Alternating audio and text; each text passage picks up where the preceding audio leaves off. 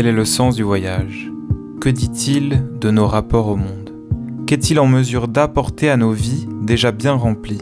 Peut-il être une voie d'émancipation pour celles et ceux qui l'engagent ? Peut-il redéfinir les manières de se rencontrer et de faire société ? Quelles peuvent être ses existences dans le monde complexe d'aujourd'hui et celui que l'on désire pour demain ?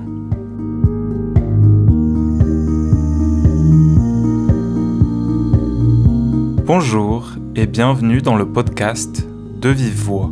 Je suis Anthony, la personne qui se pose toutes ces questions. Pour y répondre, je t'invite à sortir des sentiers battus du tourisme de masse.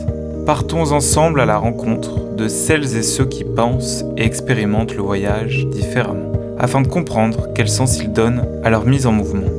Accroche-toi bien à ton siège, à ta selle ou à tes bâtons. L'aventure sonore que nous allons vivre ne va pas te laisser indemne. Après tout, il n'y a pas de véritable voyage sans profonde transformation de soi et du monde.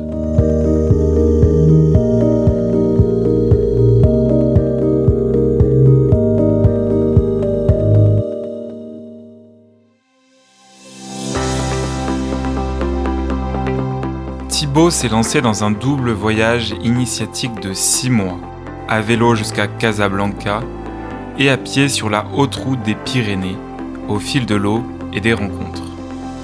À vélo, Thibaut part à la rencontre de la diversité des pratiques agroécologiques et s'imprègne des échanges qu'il favorise grâce au troc de graines emporté avec lui. Au-delà des rencontres inspirantes, il fait aussi l'expérience de la solitude et de l'introspection. Mais c'est à travers le regard et la pensée philosophique que ce double voyage prend tout son sens. Thibaut la distille tout au long de nos échanges, apportant de la profondeur au récit. Cette quête sportive donne aujourd'hui lieu à un engagement au service du vivant via le projet des pépinières et jardins-forêts Permabondance. Je te souhaite une belle écoute.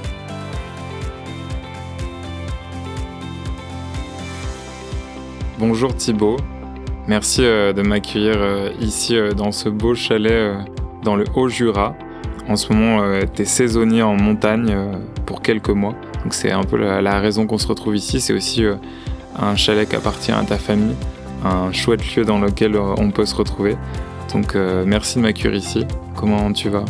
Salut Anthony, merci du coup pour l'invitation au podcast et bienvenue dans le Haut-Jura, effectivement après Manon. Moi tout va bien pour ma part, là je suis en jour de pause avec toi et c'est un grand plaisir de t'accueillir au chalet, effectivement dans un chalet qui est familial et qui a été construit par ma grand-mère et mon grand-père. Donc c'est avec grande joie que je t'accueille ici et hyper heureux d'échanger avec toi sur ces sujets que sont les voyages à impact positif. Trop bien. Et pour te présenter un peu, tu es le co-créateur du projet des pépinières Permabondance.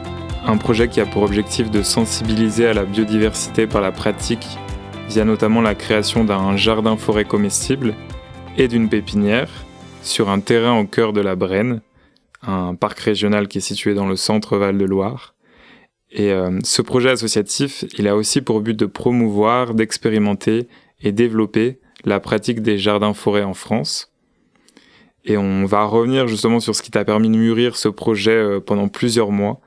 On parle ici d'un double voyage à vélo et à pied de 6 mois. Un voyage puissant, intense, profondément initiatique, qui fait suite aussi à d'autres voyages.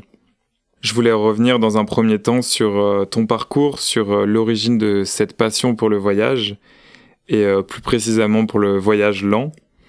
Tu m'indiquais en off que ce goût pour le voyage, il a émergé durant ton enfance.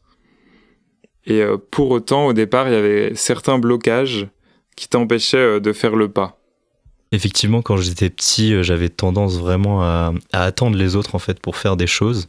J'étais quelqu'un qui avait besoin d'être en extérieur tout le temps. C'est-à-dire que je faisais à la fois du foot, du judo, de l'athlétisme, je faisais plein de choses en même temps. Mais concernant les projets, j'avais besoin de me sentir soutenu par mes amis ou ma famille et je n'arrivais pas en fait à prendre mon envol en fait tout simplement. Et petit à petit, du coup, c'est comme une graine en fait qui s'est mis au fond de mon être et qui s'est dit ah mais j'ai vraiment envie de partir voyager seul en fait, et c'est venu petit à petit. Tout d'abord je suis parti en fait au Pérou et en Bolivie avec mon ex-copine qui s'appelait Inès, avec qui on est parti pendant 3 semaines à pied et en bus faire tout le Pérou et toute la Bolivie pour aller à la rencontre du coup des peuples et aussi à la rencontre des montagnes et des différents paysages qui caractérisent ces 2 pays. Et cette expérience en fait m'a complètement ouvert les yeux parce que j'ai été au contact en fait des populations locales pendant ces 3 semaines et je n'avais jamais été en fait au contact de réelles populations locales en dehors de la France. On est resté 3 semaines là-bas et en revenant je me suis dit mais en fait j'ai pas du tout envie de continuer sur le chemin que je suis en train de mener, à savoir de base j'étais en école de commerce du coup, j'ai fait Néoma à Reims et ensuite je suis parti en Allemagne pendant 2 ans où du coup j'ai fait de la recherche en fait notamment sur l'écotourisme. Donc c'est ça qui m'a donné aussi goût au voyage à pied ou à vélo ou via d'autres moyens de transport qui soient beaucoup plus respectueux de l'environnement. Et suite à ce mémoire du coup sur l'écotourisme, je suis parti faire le tour de France à vélo avec mes 2 meilleurs amis, donc Polo avec qui je suis en train de monter le projet des pépinières Permabondance et Théo qui est aussi un très bon ami à moi et qui nous aide aussi sur le projet. On est parti à la rencontre du peuple français pour vraiment apprendre à le connaître et on a pu faire des super rencontres. Ça allait de personnes qui étaient d'anciens sans domicile fixe à des PDG de grandes entreprises, à des gens qui vivaient dans la campagne, dans les montagnes. Bref, on a pu rencontrer tout ce peuple-là et ça m'a encore donné plus goût à ce voyage. Mais à ce moment-là, j'étais encore avec des personnes en fait. J'étais pas parti de ma propre personne tout seul. Et donc, suite à ce voyage, j'ai commencé à me dire j'aimerais bien partir tout seul à un moment. Et de là est né le projet du voyage à vélo, du coup, puis à pied au Maroc et ensuite sur la haute route des Pyrénées, la HRP. De base, j'étais censé faire en fait une boucle méditerranéenne, c'est-à-dire de faire à la fois la France, l'Espagne, le Portugal, le Maroc, l'Algérie, la Tunisie, revenir en Italie et ensuite finir ma boucle en revenant à Paris. Sauf que ma sœur m'a annoncé qu'elle se mariait. Du coup, je me suis dit, tiens, je vais essayer de le voir comme une opportunité et de scinder ce voyage en 2 et de d'abord commencer à vélo pour ensuite finir à pied pour du coup ralentir de plus en plus mon rapport au vivant, au temps. Ce que je dis souvent pour essayer de quitter la temporalité pour vivre la temporalité. Essayer de me détacher de ces notions de temps et aussi de ces notions de mouvement dans le but de plus en plus ralentir et d'être de plus en plus lent dans ma démarche. Donc c'est pour ça que j'ai d'abord commencé à vélo pour ensuite finir à pied et surtout pour réhumaniser mes rapports au vivant. Attention, le mot réhumaniser, je le vois pas d'un point de vue anthropocentrique, vraiment centré sur l'humain, mais d'un point de vue justement centré sur l'écosystème dans le but de replacer mon être au sein de l'écosystème et pas à part ou en étant comme maître et dominateur de quoi que ce soit. Au final, le voyage que j'ai effectué, c'était aussi pour mettre en pratique toute la théorie que j'avais pu avoir en fait à travers mes recherches en Allemagne. En fait, au final, j'étais dans le théorique à travers l'écotourisme. Donc, c'est-à-dire que j'essayais de comprendre en fait pourquoi le peuple occidental était vraiment orienté sur une pratique du voyage qui n'était pas écotouristique, mais qui était plutôt dans la consommation de base, et c'est-à-dire axé sur 3 points. Au final, le fait d'être dans une zone de confort, le fait que ça aille vite et que ça coûte pas cher, c'était vraiment les 3 points qui sont revenus tout le temps. Et de voir en fait pourquoi ces personnes avaient envie de consommer comme ça des modes de voyage sur un week-end ou sur une semaine, et non pas sur le long cours. Et au final, ce qui en est ressorti, c'était le manque de temps, effectivement, la plupart du temps, qui était lié à des obligations professionnelles, aux études ou à d'autres projets. Et que ce manque de temps, il revenait à chaque fois, en fait, comme si il fallait tout vivre le plus rapidement possible et de manière instantanée, et qu'on s'autorisait pas le temps de cheminer à la fois de manière physique et psychique dans nos manières d'aller et de découvrir des lieux, quoi. Et c'est vraiment ce que j'ai souhaité ensuite mettre en pratique, du coup, tous les résultats de ces recherches sur l'écotourisme, et que j'ai pu confirmer au final à travers les différents voyages à pied, à vélo, que ça soit au Maroc, en Islande ou lors de la traversée des Pyrénées à pied. Donc de mars à septembre 2023, tu effectues ce double voyage. Dans un premier temps, c'est un voyage à vélo de Chatou, donc près de Paris, jusqu'à Casablanca au Maroc. Et dans un second temps, comme tu disais, une traversée des Pyrénées à pied. Ce voyage à vélo, il s'incarne dans un projet en particulier, parce que comme tu dis, tu avais mûri des réflexions autour certes de l'écotourisme, sur la façon dont tu voulais voyager, mais aussi sur l'agroécologie, via les différents stages aussi que tu avais fait, notamment un stage à Brive-la-Gaillarde, dont on a parlé aussi un peu en off. Et donc, dans le cadre de ce voyage, il y a aussi un projet qui est d'aller à la rencontre des pratiques agroécologiques dans les différents pays que tu vas traverser lors de ce voyage à vélo. Et en plus, pour favoriser l'échange, de faire du troc de graines. Donc tu te déplaces avec des graines et tu les échanges en fonction des lieux où tu te rends. Qu'est-ce que tu souhaitais explorer justement avec ce sujet-là ? Ce qui est intéressant, c'est que ça a fait en fait sous forme un peu comme de strates ou d'étapes. C'est-à-dire que j'ai d'abord commencé par l'écotourisme et ensuite je suis allé sur tout ce qui était les pratiques agroécologiques, du fait que je suis allé à Brive et que j'étais en quelque sorte maraîcher-chercheur pendant plusieurs mois où j'ai pu expérimenter la permaculture, des pratiques agroécologiques, faire des tests avec des connexions entre les plantes, où en fait les personnes mangeaient devant le potager. C'était aussi ça la force de ce restaurant potager, et on alliait à la fois l'écotourisme et l'agroécologie. Le but aussi du coup que j'ai voulu donner à ce voyage, c'était de partir avec ces graines que j'avais récoltées à différents endroits en France, et notamment dans notre lieu actuel à Mézières-en-Brenne où on a les pépinières Permabondance, pour pouvoir les offrir, les troquer, les échanger avec des pépiniéristes, des fermiers, des personnes que j'ai pu rencontrer tout au long de ce voyage à vélo, dans un but d'échange et de don même, juste de simplement donner les graines, parce que bon, les graines aussi, ça renvoie à la vie en fait, ça renvoie à un cadeau en soi, un don qui aussi favorise l'échange. J'ai remarqué que quand je me baladais avec les graines, les gens me demandaient mais qu'est-ce que tu fais avec ces graines ? Je dis j'ai juste envie de les donner ou de les troquer avec d'autres personnes pour qu'elles-mêmes puissent semer et essayer d'avoir de nouvelles espèces sur leur lieu, pour qu'elles puissent avoir un maximum de diversité dans leur nourriture. Et ça a donné lieu à des échanges incroyables, que ce soit en France avec, notamment j'ai un souvenir avec un fermier que j'avais rencontré à la ferme des Monédières qui s'appelle Cédric, qui m'avait hébergé et qui faisait tout lui-même, ses confitures de myrtille, il élevait en même temps ses animaux, et au milieu de ça il y avait toutes ces plantes et tout ça, et il m'a expliqué en fait comment il en était venu à ça, et en fait le fait que j'ai amené ces graines, ça a directement ouvert les discussions en fait, et j'ai l'impression que c'est comme une porte qui permet l'échange et qui favorise l'échange, et je pense que c'est lié à la vie et le fait que on part de la graine, et si on fait la métaphore ou le parallèle par rapport à l'être humain, c'est un peu la même chose. Donc ça me paraissait bien pertinent d'orienter ce voyage là-dessus, sachant qu'au final, les 3 fils que j'ai suivis, c'était le fil lié à l'environnement, à l'agroécologie notamment, et au troc de graines, le fil philosophique, et mon rapport à ma solitude vis-à-vis de moi-même et vis-à-vis d'autrui. Et dans tous les cas, ces 3 sphères en fait se ralliaient ensemble et m'ont permis de cheminer moi-même, tant physiquement que psychiquement, dans ce voyage. Le fait de troquer des graines avec des agriculteurs ou des agricultrices, d'une certaine façon aussi, tu parles un peu le même langage. C'est-à-dire que tu apportes une langue commune pour échanger, d'une certaine manière. Carrément, c'était comme si en fait on n'avait même pas besoin de s'exprimer dans leur langue pour pouvoir échanger là-dessus. Je me souviens notamment au Maroc, je ne parle absolument pas arabe, et après j'ai commencé à baragouiner quelques mots, et c'est ça qui était intéressant aussi au fur et à mesure du voyage, de voir la capacité et la malléabilité que l'homme a à s'adapter à des endroits et à développer son logo, c'est sa manière de s'exprimer en fonction des différents pays qu'il côtoie.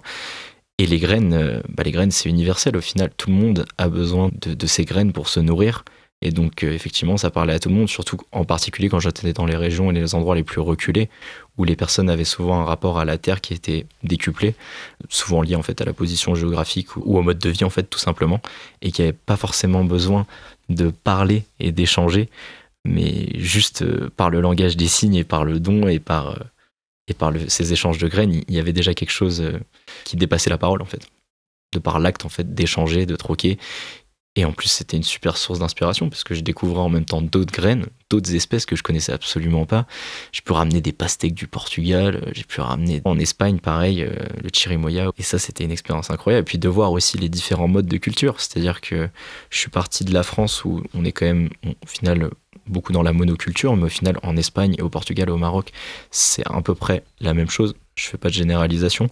Mais ce qui était intéressant, c'est que plus j'allais dans les terres, plus du coup, je retrouvais aussi les anciennes pratiques. Par exemple, au Maroc, je me suis retrouvé chez un fermier qui bossait avec de l'attraction animale, avec son âne et avec la charrette, et qui avançait, et il m'a vu passer à vélo à côté, et il m'a demandé ce que je faisais, je lui ai expliqué le projet et tout ça, parce qu'en plus, du coup, il parle aussi français au Maroc.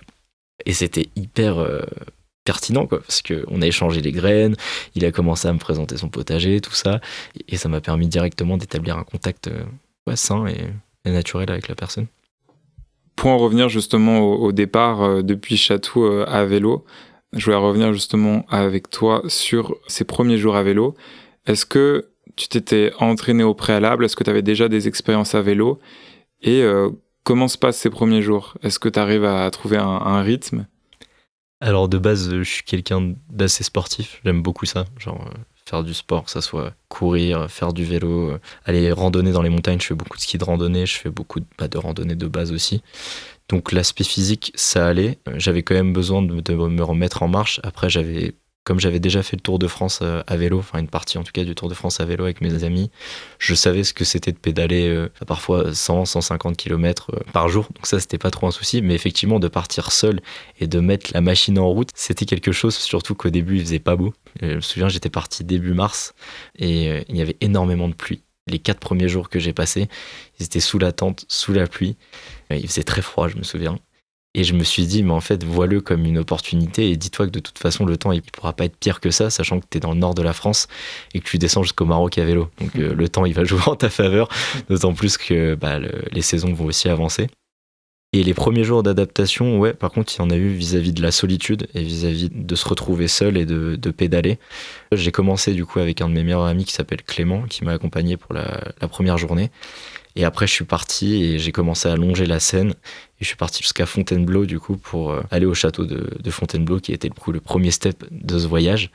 Et ensuite, j'ai continué et j'ai récupéré pour aller rejoindre notre lieu de la Mézières-en-Brenne où on est en train de faire le projet des pépinières Permabondance. Et là, je suis passé par des endroits incroyables que je ne connaissais absolument pas, que ce soit vers Orléans, vers Blois, vers Amboise, tout ça, où j'ai pu aller notamment voir la demeure de Léonard de Vinci, qui était une demeure juste incroyable. Et du coup, ça m'a permis de me mettre directement dans une démarche d'étonnement, de découverte et d'attrait pour aussi les différents endroits que j'allais côtoyer, parce que parfois je campais tout seul dans la forêt et j'étais sous la pluie et je profitais juste du fait qu'il pleuve et que je sois dans la forêt tranquille. Et à d'autres moments, j'arrivais devant la cathédrale d'Orléans où il y avait toute l'histoire avec Jeanne d'Arc, ou dans d'autres endroits où l'architecture prédominait. Et c'est ça que je trouvais beau, c'était d'avoir un mix entre à la fois le côté vraiment naturel. Je me perdais parfois dans des campagnes où je rencontrais très peu de personnes et il y avait énormément de forêts, de paysages somptueux. Et après, j'arrivais d'un coup dans la ville. Et là, c'était l'architecture qui me clouait sur place littéralement et qui aussi me permettait de faire des pauses. Par exemple, j'allais beaucoup dans les églises, dans les cathédrales, dans tout ça. Non pas que je sois très croyant, mais c'était un lieu pour moi qui m'était aussi familier. Et c'est où je trouvais une zone de confort au départ dans ma zone d'inconfort. Parce que directement, je me suis retrouvé dans une zone d'inconfort et je me suis rendu compte que petit à petit, c'était comme un cercle. Ma zone d'inconfort diminuait. Et en fait, c'était un nouveau cercle qui se créait et qui grandissait, qui était ma zone de confort. Et que plus le temps passait, plus en fait j'étais dans le confort en étant dans la mouvance et en étant dans cet aspect de lenteur cyclique qui était lié au vélo. Et j'étais presque moins dans une zone d'inconfort quand je me posais 3 ou 4 jours. Pour moi, ça devenait bizarre parce que j'étais tout en perpétuel mouvement, en fait, tout le temps. Mais dans un mouvement lent qui, au final, est devenu presque comme une maison pour moi. Une maison ambulante, une maison mouvante, si on peut appeler ça comme ça. C'est grave intéressant de voir que tu trouvais ces espaces de sécurité dans ces différents lieux et que petit à petit, l'espace de sécurité, tu l'as ressenti dans le mouvement et dans ce mouvement lent dont tu parles. Exactement, et c'était assez intéressant parce que du coup j'essayais de m'écouter tous les jours, de voir comment j'étais, et je voyais cette évolution où mon corps me demandait de plus en plus de pédaler. À la fin, il fallait même gérer d'un point de vue physique parce que ça peut presque se transformer comme une sorte de drogue en fait, dans le sens où on est pris par ce flux cyclique qui est une sorte de transe en fait. On peut la trouver aussi en montagne, j'appelle ça la transe montagnarde, mais ça peut aussi être une transe du vélo où toutes les pensées se libèrent, où tout est plus fluide, où tout semble plus léger. Parce qu'il y a cette sensation d'avancer et je pars du principe, de mon point de vue, que la clé c'est le mouvement en fait. La clé est vraiment dans le mouvement et qu'on a tendance du coup à être dans des idées qui sont fixes ou figées parce qu'on est dans une sorte de fixisme aussi d'un point de vue physique et que comme le physique et le théorique sont pour moi liés ensemble, et c'est important d'écouter ces deux aspects-là. Du coup quand je suis dans le mouvement, tout me vient, que ça soit les écrits, que ça soit mes idées, que ça soit... j'ai pu cheminer aussi en fait complètement sur le vélo et réfléchir aussi en rencontrant toutes ces initiatives agroécologiques basées sur les jardins-forêts ou même des personnes juste par des discussions pour ensuite en arriver à ce point où je me suis dit en fait c'est ça, j'ai envie d'agir d'un point de vue concret en créant cette pépinière basée sur les jardins-forêts comestibles. Et il y a eu comme plusieurs étapes au sein de ce voyage, la prise de conscience, l'acceptation puis ensuite du coup ce qui a donné lieu à l'action et ce qu'on est en train de faire avec l'association. Et au final, ça date pas d'hier. Aristote en parlait déjà du point de vue du mouvement, du fait que le mouvement était à la base de tout. Lui parlait des mouvements célestes et tout ça, de la différence entre le supralunaire et le sublunaire. Donc en gros, le sublunaire, ce qui est sur Terre, et le supralunaire, ce qui nous dépasse. Mais ce mouvement, pour moi, il est lié à la vie. C'est l'imagination créatrice, c'est plein de choses qui convergent ensemble. Et je le remercie. C'est grâce à lui en particulier que je pense que je suis ce que je suis aujourd'hui et que ça donne lieu à tous ces projets qu'on est en train de faire avec mes amis. Tu donnes une bonne définition de ce que peut être le voyage, aussi simple que ça, juste le mouvement et la vie, se sentir vivant. Et en même temps, tu évoques justement cet apport d'Aristote. Ça me fait penser qu'il y a un axe en particulier dans ton voyage qu'on n'a pas évoqué jusqu'à maintenant, mais qui est super important, c'est celui de la philosophie. En parallèle, là, tu fais des études de philosophie. Et dans le cadre de ce voyage, t'étais imprégné des pensées de différents philosophes à différents moments. Et c'était à l'aune de ces pensées aussi que tu pouvais interpréter les réalités dans certains pays. Comment t'es venu cet attrait pour la philosophie et comment ça s'est transplanté dans ton voyage ? Ça m'est venu au lycée, en fait, quand j'ai eu mes cours de philosophie en terminale, où directement, en fait, déjà depuis tout petit, j'étais tout le temps à poser des questions à mes parents. Pourquoi ? Et je m'arrêtais jamais, en fait. Et j'avais besoin de me questionner, pas forcément d'avoir des réponses, mais juste de me questionner. Et en fait, j'ai découvert après la philosophie et ça m'a directement touché. Et du coup, j'ai souhaité, après mes études, vraiment aller creuser ces questions-là qui me questionnaient depuis tout petit. Et en fait, je me suis pas autorisé à en faire avant parce que, au final, dans le système, on nous demandait d'avoir fait une école, de s'orienter vers plein de disciplines différentes, mais pas forcément la philosophie, et qui était pas dénigrée, mais en tout cas qui est pas forcément énormément mise en avant, que ça soit dans les études supérieures ou au lycée. Et je me suis autorisé, du coup, suite à mon expérience au maraîcher. En fait, j'ai commencé à lire beaucoup de philosophes. Bizarrement, c'est quand je jardinais et quand j'étais dans le potager et quand j'étais au contact du vivant que m'est venue cette idée concrète de me dire j'ai envie de faire des études de philosophie. Donc je pense qu'il y a un lien aussi entre les deux et ce qui fait qu'en fait, ce qui m'a attiré aussi à faire ces études, c'est la philosophie du vivant et c'est le fait de réfléchir à toutes ces questions. Et ensuite, ce qui était intéressant, c'est que j'étais en études à distance, donc du coup, je pouvais aussi bouger. Donc je m'imprégnais de la pensée de ces philosophes quand j'étais en voyage et j'avais l'occasion de lire en fait. Et mes moments de pause, je lisais les philosophes que j'étudiais et en même temps, je lisais plein d'autres choses. Donc j'avais ces pensées-là qui me venaient en tête et il y en avait certaines avec lesquelles j'étais pas en accord, mais et que j'essayais de plus ou moins matérialiser dans le voyage, quoi. Je pense notamment à des philosophes comme Henry David Thoreau, qui est un philosophe américain du courant d'Emerson, qui a énormément œuvré sur toutes ces questions-là, avec notamment un livre qu'il a écrit, qui est d'ailleurs juste là, Walden ou la vie dans les bois, où il est parti vivre en fait à côté de son village et expérimenter en fait d'autres modes de vie à l'époque du 19e siècle et de l'ère industrielle américaine. Et typiquement, je lisais ces philosophes et en même temps, j'étais en mouvement dans la nature et tout prenait sens. Et je me disais, waouh, enfin quelque chose où je suis en accord d'un point de vue théorique et pratique là-dedans. Et en plus de ça, ça me permettait aussi de me créer des questions et de me questionner tout au long de ce voyage et d'avoir des réponses en avançant et de faire évoluer ma pensée, un peu comme une mouvance réflexive où j'avais des questions et ces questions amenaient à d'autres questions, à d'autres réponses, mais pendant que je pédalais ou pendant que je marchais. Et ça m'a permis de me soigner aussi en quelque sorte, je pense. Ouais. Et justement, au fil de ton périple, est-ce que tu avais un tracé qui avait été défini à l'avance sur, par exemple, le tracé en France, dans les différents pays, ou est-ce que tu avais peut-être une direction en particulier et puis tu t'arrêtais dans un endroit et puis peut-être t'étais mené à un autre endroit par telle personne? Comment t'avais défini ça et comment ça s'est passé au final? J'avais une ossature aquatique, si je puis dire. C'est-à-dire que j'avais envie d'osciller entre les eaux que je connaissais bien, à savoir l'Atlantique et la Méditerranée, et d'osciller entre les deux. Je ne savais pas comment au départ, et au final j'en ai désigné un tracé, et je me suis dit, tiens, j'ai déjà pas mal baroudé en France et tout ça, mais je connais absolument pas le milieu de la France en fait, toute la partie vraiment du vide. Et du coup, j'ai décidé de suivre cette diagonale du vide en passant par la Creuse, en passant par le plateau des Mille Vaches, en passant par des endroits comme les Causses du Quercy, où du coup j'ai pu faire des rencontres incroyables, notamment le souvenir d'une rencontre d'un couple qui s'appelle d'ailleurs la paysannerie des Versanes, où ils ont repris une auberge, ils l'ont refaite de A à Z.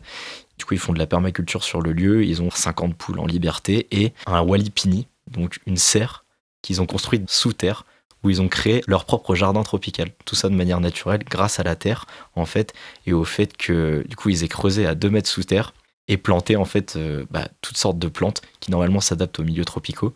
Mais comme, du coup, il y a l'effet de chaleur, du coup, sous terre qui conserve bien, ça fait un effet de serre naturel et, tout type de rencontres comme ça que j'ai pu avoir à travers cette ossature-là et du fait d'être passé par ces endroits-là, je pense. Et ensuite, l'ossature, elle s'est vraiment adaptée au fur et à mesure des jours. C'est-à-dire qu'il y a des moments où j'avais plus prévu d'aller, par exemple, de suivre Saint-Jacques-de-Compostelle, de base, en Espagne, après la France. Et au final, je me suis dit, en fait, j'ai pas envie de suivre le chemin de Saint-Jacques-de-Compostelle. Et je suis parti dans les terres et je suis allé dans le désert, et notamment dans les Las Bardenas, plus au centre de l'Espagne. Donc cette ossature, elle existait. Je savais que je voulais aller vers Casablanca et descendre au Maroc. Et au final, ce qui s'est fait, c'est que je me suis dit au fur et à mesure du voyage, tiens, je vais aller rallier les différentes capitales. Paris, Madrid, Lisbonne et ensuite, du coup, la capitale marocaine. Et c'est ça qui était assez intéressant, c'est que l'ossature aussi, elle s'est construite au fur et à mesure. C'est-à-dire, j'avais une ossature de base, mais il y a eu une évolution. Et en fait, ça me donnait juste un cadre. Par contre, l'ossature de base que je voulais avoir, c'était vraiment d'osciller entre l'Atlantique et la Méditerranée. Chose que j'ai faite au final en passant d'abord en France et en longeant vers Biarritz et tout le sud-ouest, et ensuite en reprenant en Espagne, en faisant toute la côte méditerranéenne avec Barcelone et Sitges et tout ce qu'il en est sur la côte est de l'Espagne, pour ensuite rebasculer au Portugal, rebasculer vers l'Atlantique, pour ensuite arriver au détroit de Gibraltar, et ainsi de suite. Et en fait, il y a eu une première partie qui a été beaucoup plus verticale, où je suis descendu, et l'autre partie qui a été beaucoup plus horizontale. Et je me suis rendu compte que ça faisait en fait une sorte de croix, et qu'en fait, j'avais vraiment envie d'aller explorer toute cette zone, en long et en large, entre l'Atlantique et la Méditerranée. Ouais, ça fait un fil bleu, comme tu l'indiques, un fil aquatique, d'un océan à une mer. Clairement un fil aquatique qui a été aquatique dans tous les sens du terme, parce qu'il y a eu à la fois le passage de l'Atlantique à la mer, mais aussi, pour moi, ça a été ma compagne, l'eau, en fait, dans l'ensemble de ce voyage. C'est-à-dire qu'elle a toujours été là, il y avait toujours un fil d'eau, en fait, où je passais, où j'avais toujours une bouteille d'eau sur moi, où parfois je pleurais, parce qu'au final, quand on fait ce type de voyage, il y a des moments de joie intenses et des moments de tristesse qui peuvent être aussi intenses. Et je pense que ce que m'a appris, en tout cas, ce voyage seul, c'est aussi que l'homme n'a pas forcément la capacité d'ingurgiter et de voir autant de choses tout seul, et que c'est comme un vase qui se remplit petit à petit, et qu'à la fin il y a un trop plein d'énergie. Donc, je me souviens quand j'étais dans les Las Bardenas, j'étais dans ce désert qui ressemble un peu au Grand Canyon mais version plus petit. Je me disais waouh, c'est tellement gigantesque que je ne peux pas intérioriser ce paysage en fait dans son ensemble. Il est trop grand pour moi. Et j'avais besoin de partager en fait à des moments, et il y a des moments où j'étais seul et où je ne pouvais pas le faire. Et au final, mon corps, du coup, le faisait automatiquement, à savoir il se mettait à pleurer tout seul, mais c'est pas forcément que j'étais triste ou joyeux, mais juste il avait besoin d'extérioriser et de se purger en fait de ce que je voyais pour pouvoir mieux le digérer ensuite. Et ça, je pense que c'est un des gros points du voyage quand on est seul et qu'on est seul pendant autant de temps. Là, pour le coup, c'était pendant 4 mois. C'est le rapport à soi, à l'écoute de soi, et au fait qu'on n'a pas la capacité de tout intérioriser dans ce qu'on voit et dans nos rencontres, quoi, et qu'on a besoin de le partager ensuite. Je me souviens, quand je suis rentré du voyage, la première personne que j'ai vue à qui j'en ai parlé, c'était ma sœur. Au bout de 2 minutes, en fait, je pleurais parce que j'avais trop de choses à lui raconter, en fait. Et c'était à la fois merveilleux et en même temps plus triste. Mais c'était intéressant, en tout cas, à intérioriser, en tout cas à questionner dans le rapport à soi, dans son rapport à sa propre solitude.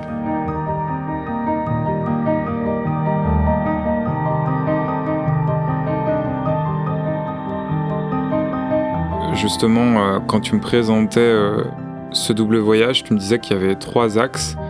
On a évoqué un peu les 3. Le premier, c'était tout l'aspect du lien en vivant, à l'écologie. Le deuxième, c'était celui de la philosophie. Et le troisième, c'est justement ton rapport à la solitude que tu évoques ici. Je dirais que la solitude, en fait, c'est un peu à double tranchant, et que ça peut être une solitude joyeuse de base. Je pense que je suis quelqu'un de très joyeux, et le moteur d'ailleurs de mon voyage aussi, c'était vraiment de m'axer sur la joie. C'est-à-dire d'être dans la joie de l'étonnement, de la découverte, et en fait, toute cette joie, elle s'est renforcée.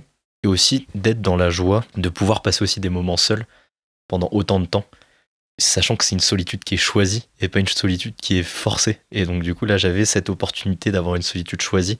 Je me souviens quand j'étais entre Saragosse et Yeda, j'avais je crois fait 200 km mais sur un désert plat, quoi. Que du plat. Et j'étais tout seul. Et j'avais adoré parce que j'étais dans une sorte de transe du cycle où tout était simple, tout était, comment dire, fluide. J'avais exactement la même vitesse, j'avançais très vite parce que c'était un espèce de faux plat. Il y avait personne, j'étais sur une nationale parce que du coup en Espagne on peut rouler d'ailleurs sur les nationales à côté. La bande d'arrêt d'urgence, c'est une grande piste cyclable. Et comme souvent, c'est des nationales qui datent d'il y a plusieurs décennies, et bah à côté il y a une autoroute. Toutes les voitures prenaient l'autoroute. Et moi en fait je me retrouvais seul sur cette nationale. Je me souviens que je me mettais des musiques de country, enfin je pétais les plombs à des moments et juste j'étais dans ce qu'ils appellent, il me semble les japonais, le kensho. Donc c'est en fait des moments que tu arrives à avoir au fond de toi et qui débarquent soudainement sans que tu t'en rendes compte. Et en fait c'est des moments de plénitude où t'es dans une solitude mais où t'es dans un bien-être qui est profond. Genre une sorte d'ataraxie, les Grecs parleraient d'ataraxie, de plénitude de l'âme.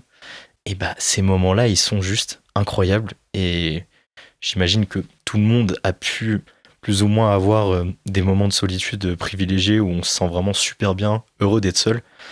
Et je pense que c'est ça aussi, de savoir capter ces moments-là et de savoir les écouter et de se dire ok, je vais m'autoriser à les vivre, je mets toutes mes pensées de côté et juste je vis cet instant, l'être là, ce moment-là, et j'en profite à fond. Et la solitude en plus, je trouve que ça te permet aussi de te questionner. Et justement, vu que j'étais parti aussi dans une approche assez philosophique, de me questionner sur mon rapport au voyage, sur mon rapport à moi-même. Par exemple, il y avait une question de me dire qui suis-je ? Je suis parti avec ces questions qui suis-je au départ de mon voyage. Et en fait, cette question, elle n'a fait que d'évoluer. Pour moi, en fait, je ne suis qu'une personne en évolution. Mon identité, elle n'est pas figée, mais elle continue d'évoluer à chaque moment. Et en fait, je suis quelqu'un, mais là, alors je te parle au début de ma phrase, je suis une personne, mais je suis une autre personne au final à la fin de cette phrase, parce que mes pensées ont évolué, j'ai expérimenté d'autres choses, et ainsi de suite. Et il y a eu plein de questions comme ça qui ont surgi, parfois de nulle part, ou du fait justement que j'ai du temps pour réfléchir seul à tout ça, et qui m'ont permis d'y aller en profondeur, parce qu'il y avait personne qui environnait mes pensées. J'avais personne en fait à côté de moi. Je dis pas que c'est néfaste d'avoir quelqu'un avec qui tu peux partager ton voyage, c'est super aussi. Mais je dis juste que quand t'es complètement seul, il y a personne qui environne tes pensées, et ça me l'a fait beaucoup dans les montagnes notamment, et où tu te retrouves seul avec toi-même, et là t'es dans un état où tu peux te retrouver pleinement, où il n'y a pas de gêne, et il n'y a pas de, j'appelle ça de pollution, on va dire, environnante, qui viennent te stopper dans ta démarche de réflexion. Par exemple, quand tu es dans une démarche de réflexion, tu réfléchis à un sujet, tu vas entendre un bruit, mais il y a quelqu'un qui me pose une question. Là, il y a des moments où il n'y avait pas ça, quoi. C'était le silence complet autour, et donc je pouvais aller jusqu'au bout de ma pensée sans être perturbé. Et cette sensation, elle est vraiment incroyable. Et d'un autre côté, justement, quand tu vis autant de temps seul, et t'es tellement heureux aussi de pouvoir partager avec autrui, de rencontrer quelqu'un, peu importe la langue. Je me souviens au Portugal, j'avais passé un moment 3 jours solo. J'avais traversé en fait des forêts d'eucalyptus qui sont juste incroyables entre Viseu et Guarda, dans le centre, parce qu'en fait j'avais décidé, après l'Espagne, de partir dans la région la plus paumée du Portugal et la plus agricole, souvent méconnue, parce que les gens vont plutôt à Porto ou à Lisbonne sur la côte. Et là, j'avais traversé pendant 3 jours ces forêts et ces endroits somptueux où il y avait d'ailleurs pas mal de Hollandais qui cultivaient là-bas dans des petits havres de paix, qui avaient un grand potager avec plein d'arbres, plein d'espèces différentes. Quand je suis rentré dans ces forêts d'eucalyptus, j'étais malade, je toussais beaucoup. Et je t'assure que je suis ressorti de ces 3 jours, je n'avais plus aucune toux. Et je pense que du coup, l'eucalyptus a dû beaucoup me soigner. Et je suis arrivé, j'ai rencontré Jorge, et c'était un des premiers Portugais, et j'étais tellement heureux d'échanger avec lui. Et j'ai échangé avec lui en portugais. Donc j'ai essayé de baragouiner des mots et tout ça. Il m'a invité chez lui. Il m'a cuisiné du coup sa spécialité à la morue, avec vraiment les légumes à la vapeur et tout ça.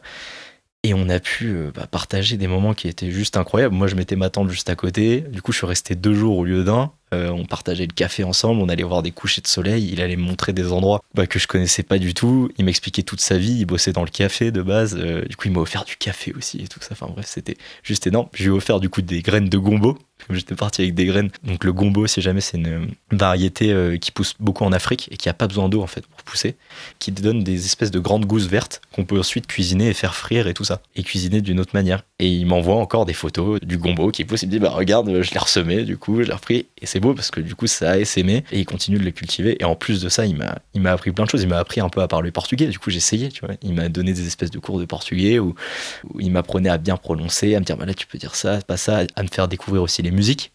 J'ai plus les noms en tête, mais je les ai dans ma playlist là, et c'était juste énorme. Du coup je me mettais de la musique portugaise sur le vélo à des moments, et du coup les Portugais ils me regardaient quand j'étais à vélo, ils me parlaient portugais, je disais mais non mais je suis français et tout, et c'était juste excellent quoi. Et donc voilà, ce rapport à la solitude qui est joyeuse quand elle est coupée, du coup t'es aussi heureux de partager avec autrui, et t'es complètement disponible parce que mon moi avait été nourri et était bien dans son être, et donc du coup complètement disponible à l'autre et apte à avoir une discussion longue et belle, je trouve. Ouais, c'est incroyable à quel point tu as réussi à trouver un équilibre entre l'introspection et à quel point elle pouvait te nourrir, et en même temps la sociabilité, à quel point elle pouvait te nourrir aussi en retour. Je sais que tout à l'heure on parlait de la notion de batterie sociale. Si on est tout le temps avec des personnes, ça peut clairement nous épuiser et dégrader la qualité aussi des relations, des échanges, etc. Et en même temps, si on est trop seul aussi, ça peut faire du mal au moral, à la psyché. C'est intéressant parce que ça revient souvent aussi dans les expériences de voyage, d'arriver à trouver cet équilibre, et en particulier dans le cadre de voyages lents, de voyages à vélo, de voyages à pied, où il y a aussi ces périodes-là où on peut se retrouver seul. C'est pas forcément le cas si on se retrouve, dans un train, dans un véhicule motorisé. Et c'est ça que le voyage lent à vélo, à pied aussi permet, d'atteindre cet équilibre et d'atteindre ces moments de méditation, de pleine conscience, on peut dire, tout ça, et en même temps d'être, comme tu le dis, complètement disponible et bien dans sa peau pour échanger et apporter de la joie aussi aux autres. Donc c'est hyper inspirant ce que tu dis. Et donc tu as traversé la France, l'Espagne et le Portugal. Là, tu as un peu parlé de ces 3 pays. Est-ce que tu as vu des différences notables entre les 3 pays, notamment sur... à la fois sur les pratiques agricoles, mais aussi peut-être les différences de culture et comment celles-ci peuvent aussi influencer justement ces pratiques agricoles. Tu as parlé un petit peu d'essayer de parler dans un autre langage. Déjà, j'ai trouvé des similarités dans ces 3 pays par rapport à la monoculture et aux pesticides qui sont utilisés. En particulier, j'ai été vraiment surpris en Espagne par le nombre de grands champs de monoculture que j'ai traversés, qui étaient nourris de pesticides, et je pensais pas que c'était autant en Espagne. Et je vous dis ça parce que du coup je les ai traversés en vélo, et qu'il y a des moments où j'étais limite de me les prendre dans la figure. C'était impressionnant parce qu'en fait l'Espagne est dotée de grandes plaines et d'endroits où il y a vraiment pas trop d'habitants, donc il y a des grandes monocultures. Et j'ai trouvé qu'en France, du coup, c'était quand même plus diversifié. Et au Portugal, d'autant plus. Et surtout qu'au Portugal, les gens ont beaucoup plus leur potager. Il y a moins ces grands espaces de monoculture. Il y en a, bien entendu, mais j'avais l'impression qu'il y en avait moins. Et qu'il y avait plus de pratiques, en tout cas alternatives, au Portugal. C'était intéressant, parce que même d'un point de vue du paysage, il y avait beaucoup plus de forêts aussi. Mais peut-être parce que aussi je suis passé dans des endroits où il y avait plus de forêts aussi. En ce qui concerne la France, j'ai pu faire des rencontres. J'ai été assez surpris par toutes les alternatives qu'il y avait.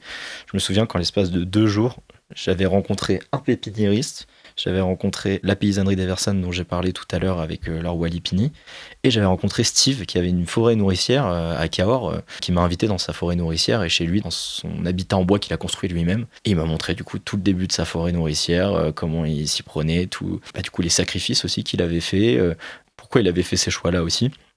Et c'était fou parce que dans une toute petite zone, parfois, j'avais plein d'alternatives d'un coup, je rencontrais plein de gens. Et dans d'autres endroits, c'était vraiment des grands champs de monoculture, et surtout de la culture de céréales, de blé qui revenait vraiment à chaque fois. Ou même, par exemple, de petits pois, mais à foison, quoi. Et du coup, ça m'a confirmé que, effectivement, on était vraiment ancré dans ce modèle, et c'était dans notre imaginaire de base. Et aussi, il y avait des alternatives, mais que c'était encore le début. Et ça nécessitait de l'action. Et je pense que c'est d'ailleurs ce qui m'a d'autant plus frappé les yeux, c'est de se dire que waouh, hors de la France, ça revenait à chaque fois, ce même schéma. Et de se dire waouh, c'est un imaginaire qui est commun et qui est mondial. Mais de le voir de ses propres yeux quand tu le traverses à vélo, et ça frappe d'autant plus, et ça m'a d'autant plus donné envie de me dire ok, là j'ai envie vraiment de m'orienter sur tout ce qui est agroécologie, les jardins forêts, et de lancer un projet en fait qui ait du sens et d'essayer d'apporter de nouveaux modes de pensée et de modes de pratique dans ce monde-là sans être contre, parce qu'on n'est pas du tout dans une optique d'être contre, mais plutôt de le faire dans la joie, de se dire waouh, il y a d'autres possibilités, il y a d'autres mondes qui sont désirables, qui sont souhaitables d'un point de vue social et écologique d'ailleurs, et on peut les mettre en place à notre manière et juste saisir l'opportunité. Et là du coup on a eu en parallèle c'est le terrain en question, on s'est directement dit on y va. Effectivement il y a des choix, ça a des conséquences, ça nécessite énormément de réflexion, de travail, mais je pense que de traverser ces grands champs là et aussi d'aller à la rencontre de ces petits îlots, ça m'a permis de me dire ok, en fait j'ai vraiment envie de continuer à mettre mes mains à la terre, je veux dire, et d'y aller et d'agir quoi. Ouais, c'est marrant, ça fait un peu comme des petites oasis au milieu de ces grandes monocultures. Ça me fait penser, moi à chaque fois j'y pense, des fois je l'évoque dans différents podcasts, mais quand j'avais fait les chemins de Compostelle aussi, et que j'avais traversé le Gers, un bout des Landes et les Pyrénées-Atlantiques, les monocultures de maïs et de tournesol sur 200, 300 kilomètres, et de l'éprouver et de marcher à pied et de voir ça sur 15 jours de marche consécutifs en fait. Tu dis mais waouh, ça te marque d'autant plus, c'est pas comme tu passes en voiture, tu les passes en quelques minutes, puis tu passes à d'autres paysages et tout, et tu te dis, la France, dans cette région-là, en tout cas, qui est une région agricole, a fait ces choix-là en termes d'agriculture. Et ça impacte le moral, et je pense que ça impacte aussi la relation qu'on peut avoir avec le vivant, et de se dire, c'est pas possible, il faut qu'on fasse autre chose. Et de pouvoir avoir ces petites oasis qui mettent en joie, qui apporte vraiment du positif, et se dire ah ouais, peut y avoir d'autres relations vivants, et que toi justement t'es allé d'oasis en oasis au milieu de toutes ces monocultures. J'imagine à quel point ça t'a donné envie ensuite de passer à l'action. Carrément, mais ça s'est fait de manière organique aussi. J'avais pas forcément prévu de rencontrer ces personnes. Je souhaitais pas me mettre des points sur la carte, me dire je veux rencontrer ici. Ça s'est fait vraiment au gré du vent. Et ce qui est intéressant aussi dans ce que tu dis, je trouve, c'est le rapport au kilomètre, le fait d'éprouver les kilomètres, de voir que tu vas passer 25, 30, 40 kilomètres, voire plus, dans des champs de monoculture, que tu passes en voiture très rapidement au final. Si tu vas à 100 km/h en 30 minutes, ça peut être passé. Mais là, je passais plusieurs heures en fait dedans, et j'avais le temps vraiment de m'immerger et de me dire waouh, il y a si peu de diversité, surtout. Il y a si peu de choses qui me paraissent vivantes, et je voyais les sols étaient craquelés, les sols étaient durs, comme diraient certains, les cailloux remontés. Mais non, en fait, c'est juste, il y avait un manque de diversité totale, et il y avait un manque de vivant. Et les contrastes que je pense que tu vois en voiture, tu les vis en vélo, en fait. Tu les vois en voiture, mais tu les vis en vélo parce que c'est beaucoup plus lent, et ils s'intègrent beaucoup plus dans ton être, parce que ils sont tellement choquants. Mais du coup, c'était un bonheur aussi, à certains moments, parce que je passais de ça, d'un constat, et je me disais waouh, et après, bam, j'arrivais dans une forêt hyper diversifiée, il y avait plein d'autres espèces. Et en fait, on a réussi à créer effectivement des grands îlots, sachant que les îlots de monoculture ont pris de plus en plus de place, mais qu'il y a encore des îlots forestiers et naturels. Et notamment en France, on a des endroits incroyables. Je pense au plateau des 1000 Vaches à 1000 mètres d'altitude, c'est juste somptueux. Et heureusement qu'on a encore ces endroits. Le Jura aussi, même si c'est une monoculture d'épicéas et de grands arbres, c'est des endroits qui sont somptueux, et heureusement qu'ils existent encore. Et c'est pour ça qu'aussi on a envie d'essayer de les perpétuer, de les diversifier d'autant plus, et que le projet des jardins-forêts me paraît être quelque chose de sensé en tout cas, et d'adapter aux évolutions auxquelles on fait face, quoi. Du coup, tu as traversé la France, l'Espagne et le Portugal, et tu arrives finalement au Maroc. Comment se passent ces premiers jours au Maroc sur ce nouveau continent ? À Tarifa, j'ai pris le bateau pendant une trentaine de minutes, et je suis arrivé à Tanger, dans un Tanger qui est très occidental, avec énormément de grandes tours et tout ça, des buildings, des grands espaces, vraiment à l'occidental. Et je me dis waouh, ok, ça va se faire petit à petit. J'arrive à Tanger. Il y a d'ailleurs quelqu'un qui essaye de me vendre une carte SIM, parce que du coup je dis mais j'ai tout ce qu'il faut et tout. Du coup je discute avec le mec en question, et du coup il me dit vas-y, je t'accompagne dans la Médina. Il commence à prendre mon vélo, à m'accompagner et tout. Au final c'est drôle parce que c'était la première fois du voyage que ça m'arrivait, et ça m'arrivait le premier jour, et c'est la seule fois où ça m'est arrivé d'ailleurs au Maroc, et c'est pour ça que j'en fais absolument pas une généralité. Et directement après, il a commencé à me demander plein d'argent, de l'argent, à me suivre. Et c'était ça qui était assez intéressant, c'est que c'était les premières sorties que j'avais au Maroc. Donc d'une personne du coup qui voulait pas me lâcher et qui me demandait de l'argent. Alors j'avais pas du tout une dégaine de touriste ou quoi que ce soit. Et c'est assez drôle parce que j'arrive dans la Médina. Donc la Médina, c'est les quartiers en fait qui sont les plus anciens des villes marocaines, et les plus authentiques. Et déjà, waouh, Là, je me prends un bain de changement. Je fais, ok, là, je suis plus du tout en Europe. Incroyable. Vraiment, avec des épices dans les rues, des gens qui parlaient. Il y avait vraiment cette culture de la rue, beaucoup plus qu'elle existe en Espagne. Pourtant, alliée aussi en Espagne. Je discute avec le gars en question et tout, on parle quand même et tout ça. Je dis, bah écoute, moi, de toute façon, j'ai pas d'argent. Je suis parti avec pas grand chose. Et il avait bien compris au final. Ouais. Il est parti et on est resté en bon terme. Et bref, j'arrive dans cette médina et je commence à aller me balader et tout. Je me dis, bah tiens, j'ai faim, je vais manger marocain du coup. Je me pose et là, j'entre dans un restaurant, une famille hyper avec le sourire et tout ça et tout. Ils me disent, ah bah tiens, viens manger et tout. On commence à discuter et tout. Et en fait, je me prends d'amitié avec eux directement, vraiment. Ils m'offrent le couscous et tout, enfin bref, énorme. Et là, à 15h, ils commencent à mettre de la musique et à danser. Je me fais, putain, qu'est-ce qui se passe et tout. Et en fait, c'était l'anniversaire de l'oncle ce jour-là. Du coup, on commence à danser, on commence à manger des gâteaux, à faire la fête ensemble et tout. Et ils me disent, bah Thibaut, ce soir, on fête l'anniversaire de l'oncle, t'es invité. Et du coup, on a fait une grande soirée chez eux le soir et tout. Ils m'ont invité à faire la fête avec eux. C'était à base de gâteaux, de jus et tout ça. Et tout le monde avait la pêche. Et c'était incroyable l'intensité qu'il y avait dans leur chant et dans leur joie. Tu vois. Tout le monde était à fond, des plus grands aux plus petits. Et ils me connaissaient absolument pas en fait. 2 heures avant, ils me connaissaient absolument pas. Et ils m'ont direct dit, mais viens et tout, ça me fait trop plaisir et tout. Et là, je me suis dit, waouh, ok, j'entre dans une autre atmosphère, dans un autre type d'être au monde. Il s'est avéré qu'au final, après, j'ai dormi chez eux au retour, avant de reprendre le bateau. Et j'ai dormi sur la banquette de leur resto. Donc, c'est-à-dire que je dormais carrément sur la banquette où ils servaient le couscous et où ils servaient les différents plats marocains. Et en fait, ils sont très dans la spontanéité, dans l'instant présent et surtout dans la culture de la rue, dans ah bah tiens, j'ai ça, bah tu me donnes ça, je te donne ça. Par exemple, tu me files du sel, bah tiens, je vais te filer de la farine, des épices, tout ça.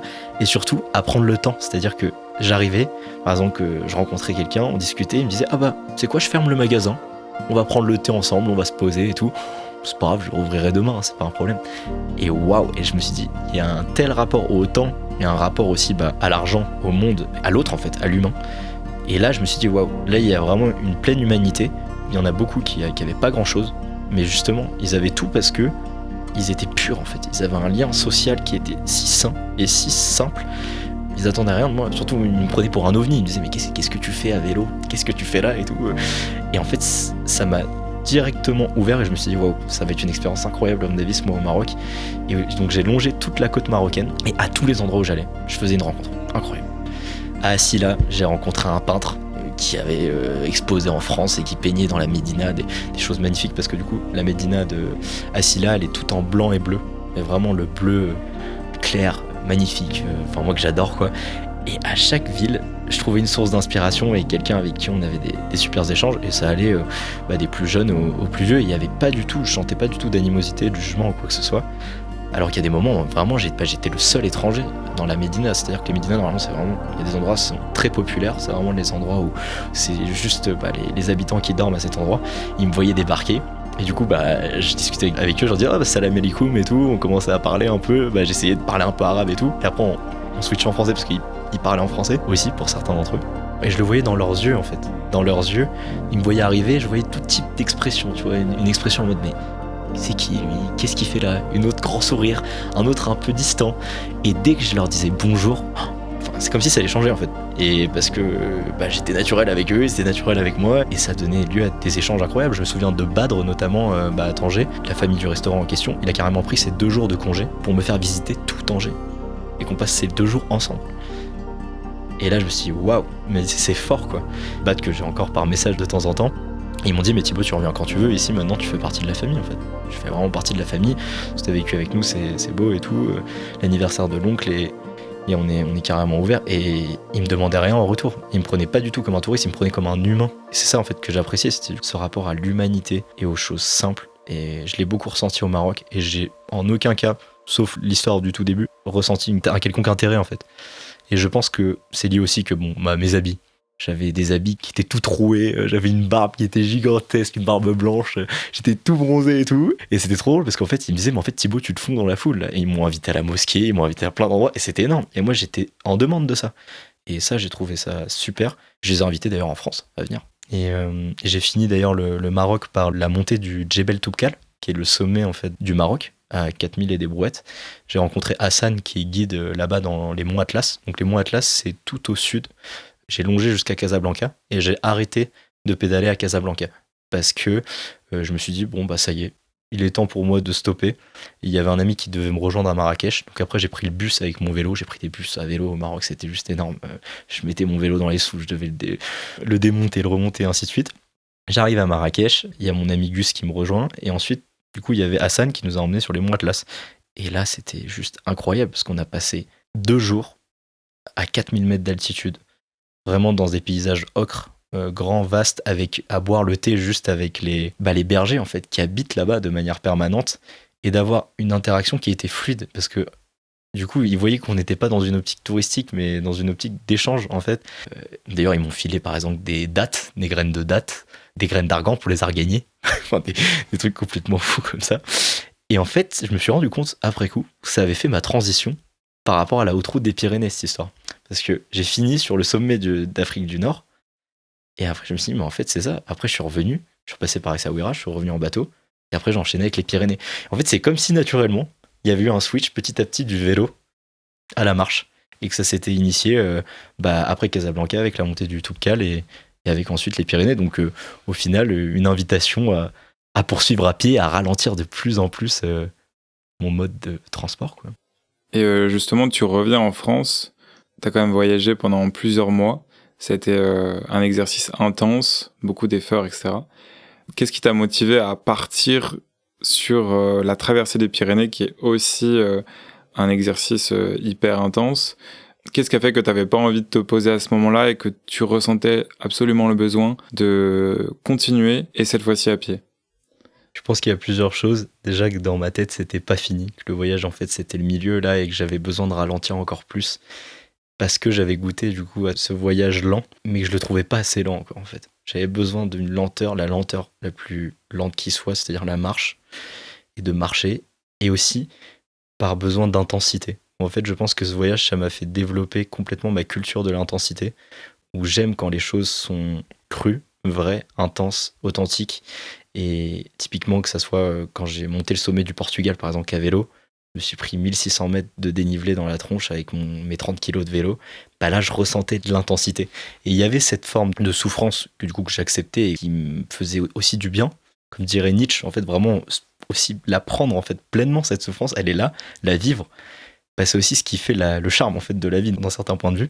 Et en fait, cette intensité, je me suis dit, je vais sûrement la retrouver sur la route des Pyrénées et dans les montagnes. Et qu'en fait, la fin du Djebel Toubkal, c'était juste la transition pour ça. Ce qui a été le plus étrange pour moi, ça a été le retour pour le mariage de ma sœur, du coup, qui n'était pas prévu. Où je suis repassé en ville à Paris et après, je suis reparti direct. Et là, j'ai pas trop compris ce qui s'est passé dans ces moments de latence. Et mon corps était quand même déjà bien fatigué. Mais bizarrement, je pense que c'est peut-être pas aussi les mêmes muscles, les mêmes parties de mon corps que j'ai utilisées. Physiquement, ça allait. Mais par contre, c'était beaucoup plus physique, la HRP, que le voyage au Maroc à vélo, parce que je suis parti avec 25 kilos sur moi. Et là, en gros, l'ensemble, c'était environ 900 km de marche, je crois, et c'était 8 fois l'Everest en termes de dénivelé. Donc c'est quand même très, très haut. Et il n'y avait pas, encore une fois, d'optique de performance, mais juste une optique d'être et d'aller dater ces montagnes à pied. Surtout qu'en plus, là, je suis parti avec un de mes meilleurs amis qui s'appelle Jules, qui lui œuvre actuellement sur nos imaginaires qui sont liés en fait au vivant. En fait, comment en fait nos imaginaires au vivant ont été façonnés d'année en année, de siècle en siècle. Je me suis dit, tiens, je vais pouvoir poursuivre ma réflexion aussi par rapport au vivant avec Jules et dans ces montagnes. Et ça a donné lieu à des discussions incroyables où en fait là, on est actuellement en train d'écrire quelque chose ensemble qui a découlé de la marche dans les Pyrénées. Donc effectivement, là tu effectues cette traversée des Pyrénées non plus seul, mais entouré, accompagné d'une autre personne. Alors ce qui est intéressant, c'est que quand j'étais à vélo, j'étais seul, mais plus entouré, on va dire, d'architecture, de villes, de personnes et tout ça. Alors que là, dans les montagnes, j'étais plus accompagné, mais beaucoup plus seul autour de nous. Enfin, en tout cas, ou avec les montagnes, ça dépend comment on le voit au final. Et là, il y a eu un réel changement aussi dans le rapport au bruit, dans le rapport au moment, dans l'instant. C'est-à-dire que j'ai vu qu'au bout de quelques jours, mon corps s'est vite adapté à tous les sens, en fait. C'est-à-dire, j'entendais la cascade au loin. Je me dis, c'est bon, il y a de l'eau à 150, 200 mètres. Là, il y a un bruit. C'est quoi? Un renard, un bouquetin, un isard? Qu'est-ce qui se passe là? Et en fait, petit à petit, c'est comme si, un peu comme ce qui s'est passé avec la zone de confort, tu vois, qui grandit. Elle continuait de grandir d'ailleurs pendant le voyage à pied. Et c'était pareil avec les sens.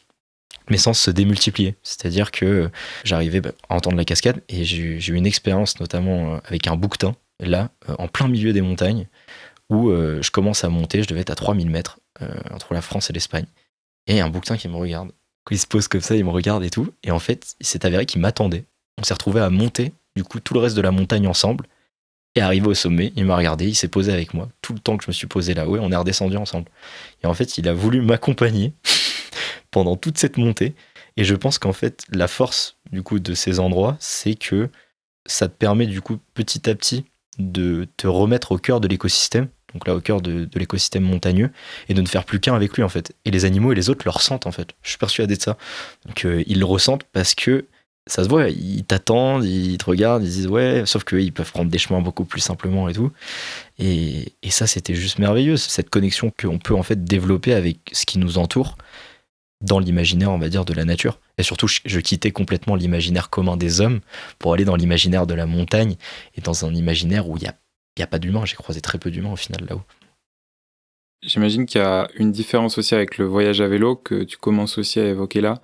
Comme le rythme il est plus lent, t'as plus le temps aussi pour contempler les paysages, pour t'imprégner, effectivement tu parles des différents bruits, de tout ce qui t'entoure et du vivant qui t'entoure, et peut-être que tu peux développer un rapport plus intense aux choses, au vivant et à ce qui t'entoure. Et je voulais avoir justement ton avis là-dessus, enfin, comment toi t'as ressenti les choses de ce point de vue-là, et quelle a été un peu la différence entre le voyage à pied et le voyage à vélo de ce point de vue-là? Je dirais le rapport au silence à des moments. Il y avait des moments dans les montagnes où il y avait vraiment zéro bruit. C'est-à-dire il n'y avait pas d'oiseaux, il n'y avait rien, il n'y avait pas de bruit de moteur, il n'y avait pas de bruit d'industrie, il y avait juste les montagnes. Et je me souviens d'une journée où c'était au pic de Sartascan. J'arrive tout en haut du sommet, pas un bruit, mais vraiment pas un bruit. Je n'avais jamais entendu, écouté un silence comme ça. Et c'est la première fois vraiment où je me suis dit waouh, le silence est tel que même mon être et mon corps étaient perturbés en fait par ce qui se passait. Le silence était tel que c'était incroyable. Et c'était typiquement dans ces moments-là où en fait j'ai l'impression que tout est accentué dans les montagnes, ces rapports-là, que ce soit au silence, que ce soit au lien, que ce soit dans le rapport aussi à l'effort, dans le rapport à ce qui m'entoure en fait.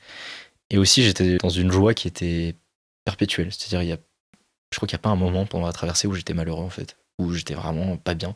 Juste une fois où je suis tombé malade, mais parce qu'au final j'avais fait 36 jours de marche sans m'arrêter, je m'en étais pas rendu compte. Et en fait c'est parce que j'étais tellement pris dans la montagne, dans cette atmosphère-là, que j'étais juste heureux moi-même et tellement content de découvrir un autre type d'imaginaire qu'on ne pense pas exister, parce que de mon point de vue, j'ai l'impression que du coup il y a un imaginaire en ville et même au-delà de la ville, dans les campagnes et tout ça, où on pense que c'est la réalité en soi, alors qu'en fait la réalité en soi, de mon point de vue, elle nous dépasse, mais qu'il y a plein de réalités différentes et d'imaginaires différents, et que cet imaginaire de la montagne, de le vivre pendant autant de temps, il y a très peu de personnes qui l'expérimentent, en tout cas en France et en Occident, et du coup de pouvoir vivre ça, c'était une toute autre expérience, et j'avais l'impression de vivre une nouvelle vie en fait, là-haut, et d'être dans une nouvelle vie et dans quelque chose que je n'avais vraiment jamais vécu, et en plus ça a duré entre 45 et 50 jours, c'est-à-dire que j'étais complètement coupé de l'imaginaire commun des hommes. Ça me fait penser d'ailleurs que quand je suis revenu, la première chose que j'ai vue, c'est la tour de l'horloge à Lyon. J'ai compris à ce moment-là qu'il y avait plusieurs imaginaires et réalités dans le monde humain, et qu'il n'y en avait pas une qui était meilleure que l'autre en fait au final, mais juste qu'il y avait différents types d'imaginaires, et ça c'était hyper puissant, et je pense que c'est la grosse leçon que j'ai retenue de cette haute route des Pyrénées.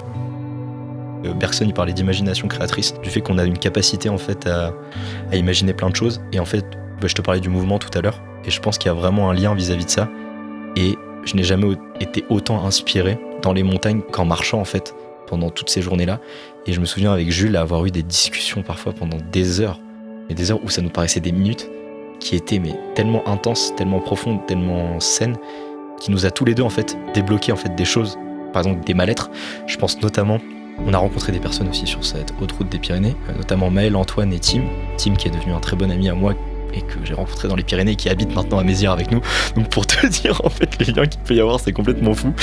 Et en fait on s'est fait une sorte de thérapie collective en fait dans les montagnes en marchant, où j'ai l'impression qu'en fait les personnes, quand elles sont dans les montagnes et qu'elles marchent, elles sont beaucoup plus libérées et qu'il n'y a rien en fait qui entrave leur pensée et que du coup tous les sujets, on en parlait l'autre fois je crois aussi, que les sujets ils viennent beaucoup plus facilement et que tout le monde est à l'écoute et apte à écouter l'autre et à échanger sur les sujets qui peuvent questionner par rapport à des blessures internes, des blessures amoureuses, des blessures liées à la famille et en plus de ça avec des personnes qui ne se connaissent pas tant que ça. Et ça, j'ai trouvé ça fou de rencontrer ces personnes-là et d'avoir ces discussions qui, moi, m'ont énormément apporté, m'ont soigné sur plein de sujets, comme une sorte de thérapie collective dans les montagnes, en fait. Du fait que tout le monde se lâchait complètement, était sincère, il n'y avait pas de jeu, on était dans le vrai, en fait. Pour moi, on était dans le vrai, en fait, à ce moment-là. Et je me souviens de cette expression avec Jules, on se regardait parfois, c'est le 3e sommet qu'on se fait de la journée, et là on se regarde, on fait ouais, là on est dans le vrai, là c'est dur, là. Ça fait quand même 1500 mètres, 1800 mètres de dénivelé positif, là on est dans le vrai. Mais tout ça, ça permettait de faire ressortir ce qui réside pour moi au fond de notre être, au fond de nous-mêmes, une sorte de quintessence, de quelque chose de la base, quoi. Et tout le monde s'exprimait comme ça, dans un langage qui était simple, dans un langage qui était sincère, dans un langage qui était amical et bienveillant, je trouve aussi. Ouais, c'est incroyable à quel point aussi la marche rend les personnes disponibles. Moi, je pense que c'est peut-être l'élément le plus fort ou l'enseignement le plus fort ou le bénéfice le plus fort de la marche, on va dire. C'est cette disponibilité que ça rend parce qu'il n'y a rien d'autre à faire que de marcher et d'écouter les personnes et de pouvoir échanger avec elles. Et je trouve ça incroyable à chaque fois. Et en fait, t'es là, disponible pour parler de ce sujet-là avec cette personne-là qui a besoin de l'exprimer à ce moment-là et qui a d'autant plus besoin de l'exprimer que la marche la rend vulnérable, la souffrance de l'effort la rend vulnérable et rend ce moment le mieux pour l'exprimer, ou le corps l'exprime de toute manière parce qu'il a besoin de l'exprimer. Et c'est ça qui est ouf, je trouve, avec la marche, avec le temps que ça rend disponible, quoi. Dans la montagne, pour moi, depuis tout petit, du coup, je vais dans le Jura, donc c'est pour ça que j'ai aussi un rapport à la montagne particulier.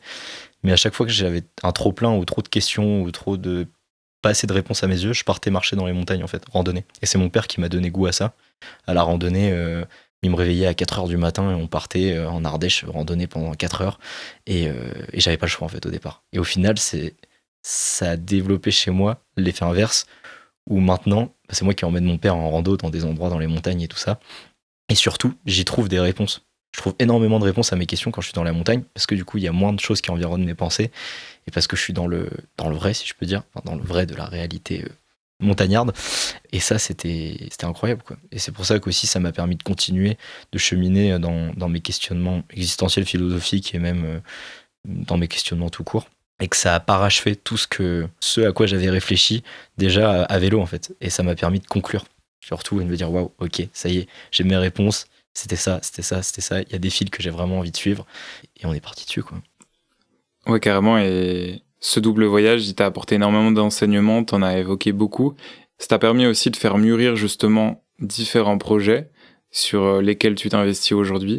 Mais aussi différentes façons d'être, différents fonctionnements. C'est pas que les projets, ça a débloqué beaucoup de choses. Ça t'a fait mûrir, grandir sur beaucoup d'aspects. Donc de ce point de vue-là, le voyage a vraiment été émancipateur, transformateur pour toi. Et justement, je voulais te demander, au retour de ce double voyage puissant et incroyable, comment t'as vécu le retour? Et est-ce que t'as réussi à infuser justement certains de ces apprentissages dans ton quotidien? Et après, on peut parler aussi de quels sont les projets que tu mets en place maintenant, quoi.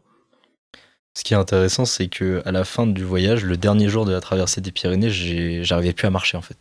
Et comme si mon corps m'avait dit stop, en fait. Le dernier jour, mais qui savait que c'était le dernier jour. Et quand je suis allé me baigner à Bagnols-sur-Mer, j'ai failli tomber dans les pommes dans l'eau, en fait, parce que mon corps s'est complètement relâché d'un coup. Et il s'est dit, c'est terminé, en fait. T'as fini. Et en fait, juste avant d'y arriver, déjà, il commençait à se relâcher. Et j'ai senti la décompression. Et je m'étais préparé aussi les 2 jours d'avant à me dire, ok, là, tu es en train de boucler un double voyage. C'est un gros projet. Tu t'en rends pas encore compte complètement, mais t'as quand même infligé des choses à ton corps sans t'en rendre compte. Au final, je crois que j'ai perdu 12 ou 13 kilos sur l'ensemble de ces 6 mois. Donc c'est quand même pas mal. Et j'ai essayé de me préparer psychiquement avec tous les outils et toutes les réponses que j'avais eues pendant ce voyage. Ça soit dans le rapport à l'incertitude, donc de pas savoir comment ça va se passer vraiment à mon retour, d'accepter que ça va être différent, d'accepter que c'était une phase aussi et que c'était des instants bien précis et que ça sera pas pareil dans les semaines à venir. Et j'ai essayé de me préparer à fond.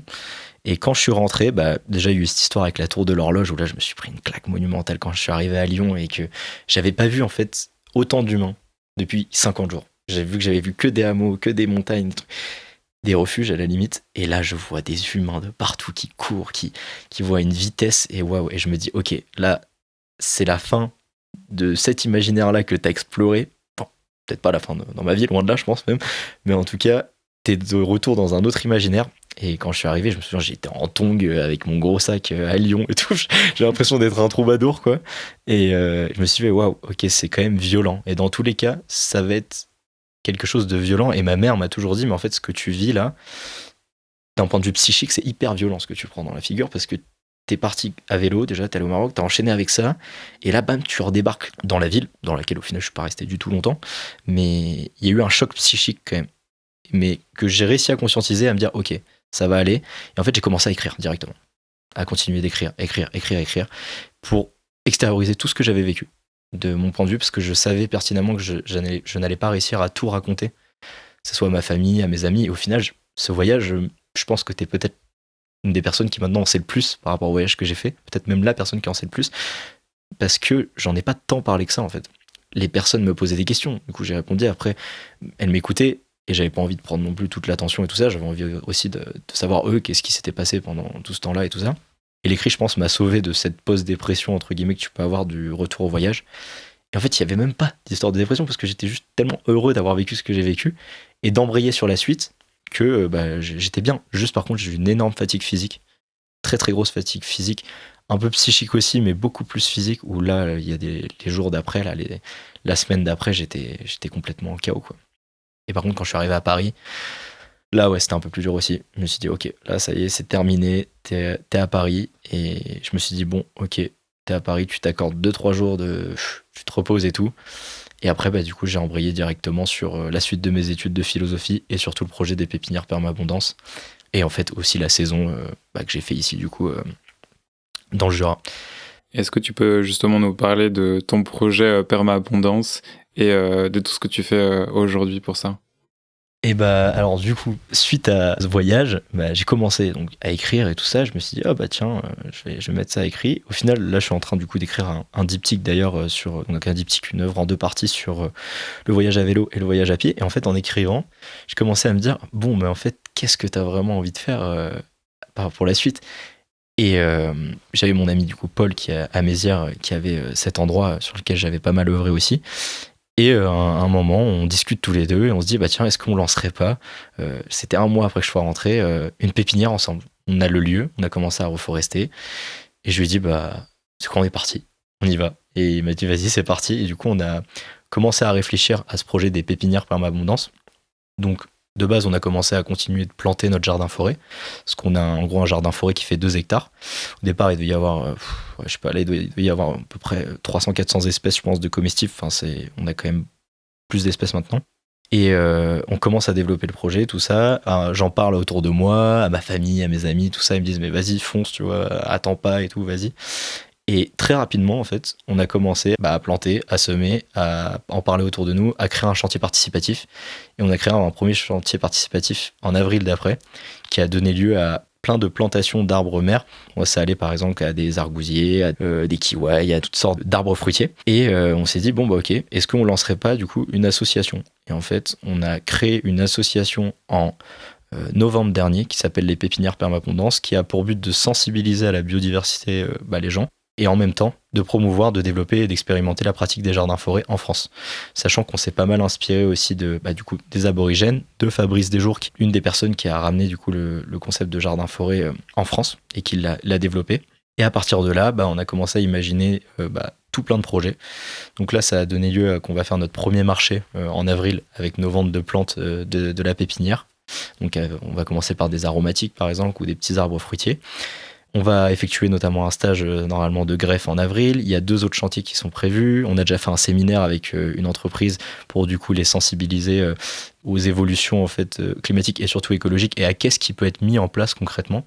Parce que c'est ça qu'on a vraiment envie de mettre au cœur du sujet, c'est qu'il y a plein d'alternatives qui sont possibles et les jardins-forêts semblent en être une qui est quand même assez viable pour les décennies à suivre, à savoir qu'on reforeste, donc on crée de la diversité parce qu'on n'est pas dans de la monoculture d'arbres, on est dans une diversité d'espèces, que cette diversité d'espèces du coup, elle vient nourrir le sol et qu'elle nous permet d'avoir un sol super, et que en plus cette forêt est comestible pour l'homme, donc on mange du coup les feuilles, on mange les fruits de cette forêt, et que ce n'est pas juste une forêt qui nous permet d'avoir de l'oxygène et ainsi de suite quoi. C'est une forêt qui peut nous permettre d'avoir un tout en fait, et en plus pourquoi pas de cultiver, on en parlait tout à l'heure, de faire de l'agroforesterie aussi dedans, de pas hésiter à cultiver des annuels dedans, et rien ne nous empêche de mêler en fait des univers, et on est dans une optique d'être pour quelque chose, d'être dans la joie en fait, et de se dire il y a des solutions qui sont possibles et on va essayer de les mettre en place et d'en parler autour de nous, et là c'est ce qu'on est en train de faire, donc avec la pépinière, le développement aussi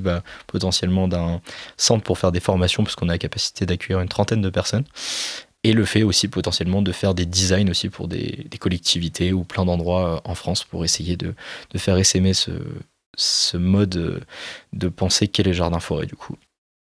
Trop bien, donc au final du mouvement qui a amené à une autre forme de mouvement différente, incarné dans un territoire en particulier. Trop bien, hyper intéressant, merci de nous avoir parlé un peu plus de ce projet et trop hâte de voir de ce qu'il va donner. Est-ce que à la suite de cette expérience, tu as des derniers messages que tu as envie de faire passer au public qui nous écoute ? Je dirais que ce type de voyage est vraiment accessible à tous dans la manière dont ils ont envie de le faire, c'est-à-dire que le voyage en fait il peut aussi s'effectuer à côté de chez vous, dans les montagnes, où vous pouvez partir 2-3 jours pour randonner, pour faire du vélo, juste en partant dans la forêt ou n'importe où dans des endroits qui vous sont naturels, ou même en ville si vous avez envie de marcher, découvrir des villes qui sont dans les alentours, donc que c'est pas en fait une niche qui est seulement fait pour certaines personnes qui ont des capacités physiques, des capacités je ne sais quoi, mais qu'en fait tout le monde peut le faire à sa manière, et que je pense que c'est important, et notamment par rapport aux montagnes, de mon point de vue, de ne pas avoir cet esprit de compétition et de se dire, en fait, même si je mets 3 jours à gravir cette montagne, je vais prendre 3 jours, c'est pas grave, j'irai plus lentement, c'est tout. Et c'est pas une question de rapidité. Et au final, tout le monde peut le faire. Et d'essayer de le faire dans la joie, c'est toujours mieux, et de savourer pleinement ces instants-là, parce qu'ils sont incroyables, quoi. Génial, merci beaucoup Thibaut pour ce témoignage super inspirant, profond, et sur lequel je pense on a eu le temps d'approfondir beaucoup d'aspects, beaucoup de choses et beaucoup d'apprentissage aussi de ce que peut apporter le voyage, notamment le voyage lent en particulier. Donc merci à toi pour ce témoignage. Merci à toi Anthony, c'était un plaisir d'échanger avec toi. Un plaisir pour moi aussi. Je te souhaite une belle fin de journée et nous on va aller prendre l'apéro. C'est l'heure de l'apéro je crois. Ciao ciao. Merci beaucoup à toi d'avoir écouté cet épisode. J'espère qu'il t'a plu et qu'il t'a inspiré. Si c'est le cas, n'hésite pas à le partager autour de toi. Je t'en serai très reconnaissant.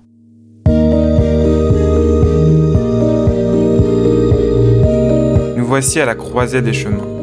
L'occasion de se rendre compte qu'il n'existe pas de voie toute tracée quand on parle de voyage engagé, mais bien d'une pluralité de vives voies. Ce témoignage peut-il nous inciter à nous mettre en mouvement à notre tour ? Faire du voyage un outil pour se reconnecter au vivant et agir ensemble. Un nouveau départ nous attend. Alors, faisons le premier pas.